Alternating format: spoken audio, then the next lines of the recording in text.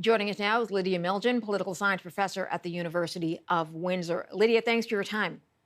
My pleasure, Marilla. So the rules are clear, meaning you cannot hire your sibling, but there was no rule per se on hiring your in-laws. Is that correct? That's the way I understand it. So it seems like we're splitting hairs here. I mean, it's still family is still family. And then the question becomes how far down the chain can you go before it's no longer a conflict of interest? It's a technical detail, but it deals with the overall issue about what do we do about people getting favors for their family and friends. You know, at a time when Scheer was leader and he was going to Trudeau and members of his cabinet and pointing out what he thought were decisions, ethical decisions they made or action they took that they shouldn't have. It should have been clear to him, no, that perhaps this would be questioned? Probably. I mean, that's the problem. Whenever you bring up this and raise the issue of we have better ethics than you, we are on the moral high ground, something like this is always going to come up to say, well, maybe there's a lie to that claim. And this happens to all political parties of any stripe. When they're out of office, they say the government has to be held to a higher standard, and we're going to put that in once we're in government. But then, in fact, when you actually scratch the surface a bit, you find that they have maybe not as many, but similar types of ethical lapses. And so it just tells us that these are very difficult things to sort through and to ensure that everyone is playing with the highest morals. The other thing that complicates things is that the rules changed.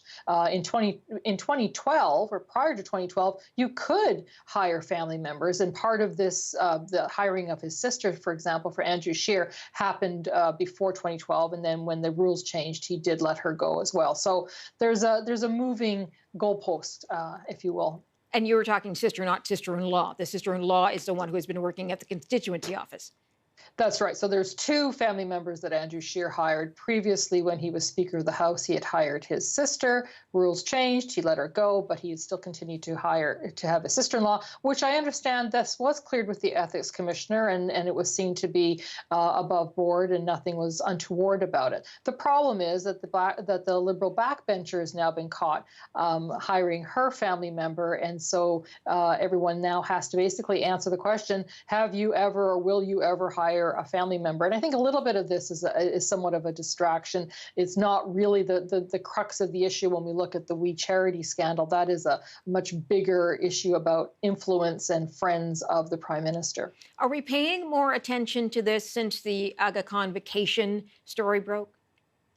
I think so. I think that this government in particular has been hampered by ethics violations. The fact that you have the Ethics Commissioner ruling twice and now having a third investigation of the Prime Minister himself is problematic. It's also problematic, again, because when Trudeau was in opposition, he made grandiose claims about how his government would be so much better than any other government. And the fact remains that everyone struggles with these issues. You know, who do you hire? When you form government, you ultimately want to hire people that you trust. So who are those people? They might be family members, but they're also friends. And so we're more sensitive to patronage appointments, but at the same time, we have to recognize that governments have an agenda to sell, and they want to make sure that people that they trust, that they know, are the ones that are going to be in charge of some of these files. And so it's always going to be a delicate tightrope that they have to walk. Got it. Lydia Miljan, appreciate your time. Thanks for joining us on the program tonight. Nice talking to you, Marilla.